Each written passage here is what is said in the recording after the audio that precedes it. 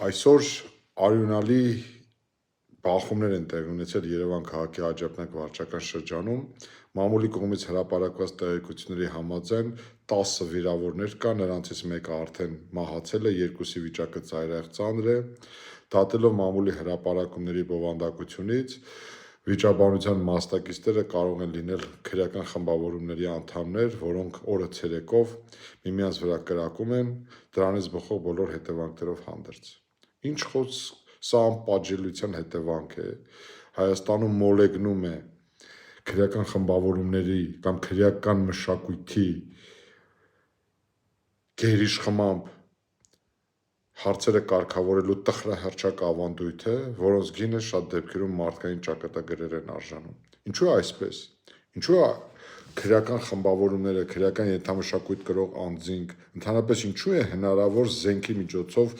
Հայաստանի Հանրապետությունում, Երևանում, մայրաքաղաքում որևէ հարց լուծել։ Հնարավոր է մի դեպքում, երբ ինստիտուտները չեն գործում, երբ պետական համակարգը չի գործում, երբ համատարած բարդակ իրավիճակ է, կներեք բարիս համար, երբ ոստիկանությունը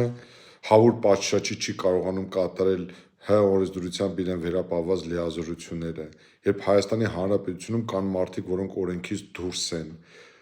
կան մարդիկ, որոնք չեն պատժվում, կան մարդիկ, որոնք իմիտացիոն պատասխանատվության են ենթարկվում։ Սա լուրջ ահազանգ է, սիրելի բարեկամներ, որ օրը ցերեկով կրակոցներ են տեղի ունենում Երևանի բանուկ փողոցներում, մարդիկ իրար վրա են կրակում, փորձում են իրենց միջև եղած հարցերը լուծել արյան միջոցով, իսկ իշխանությունը չկա։ Իշխանության պարտությունը հենց ստեղ է, երբ իշխանությունը չի կարողանում կարգ ու կանոն հաստատել երկրում, երբ բոլոր ոլորտներում բառից բուն իմաստով բարդակ ու թափթփված վիճակ է։ Մի հատ խորացեք, ինչն է պատճառը, որ այսպիսի դաժան եւ արյան վերջաբանով իրադարձությունները ողբերգություններ են տեղի ունենում մեր երկրում։ Վերջի տարիներին բազմաթիվ անգամներ, վենդետաներ, վրեժխնդրություններ։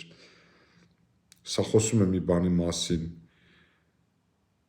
Պետական իշխանության առանձին ճյուղեր, պետական կառավարման համակարգը խորքային ճգնաժամի մեջ է, այն ռեսուրսները, որոնք պետք է ծառայեցվեին իսկապես հանցավոր բարքերի դեմ պայքարի համար, քրեական ենթամշակույթը արմատախիլ անելու համար, հանցավոր բարքերից երիտասարդությանը զերծ պահելու համար, այդ ռեսուրսը օգտագործվում է այլ նպատակներով։ Իսկ դրանց մասին մտածեք ինքներդ, սիրելի բարեկամներ, ու հետևություններ արեք ինքներդ։ Ես պահանջում եմ, որ պետությունը, իշխանությունը կատարի իր պարտականությունը ու վերջ։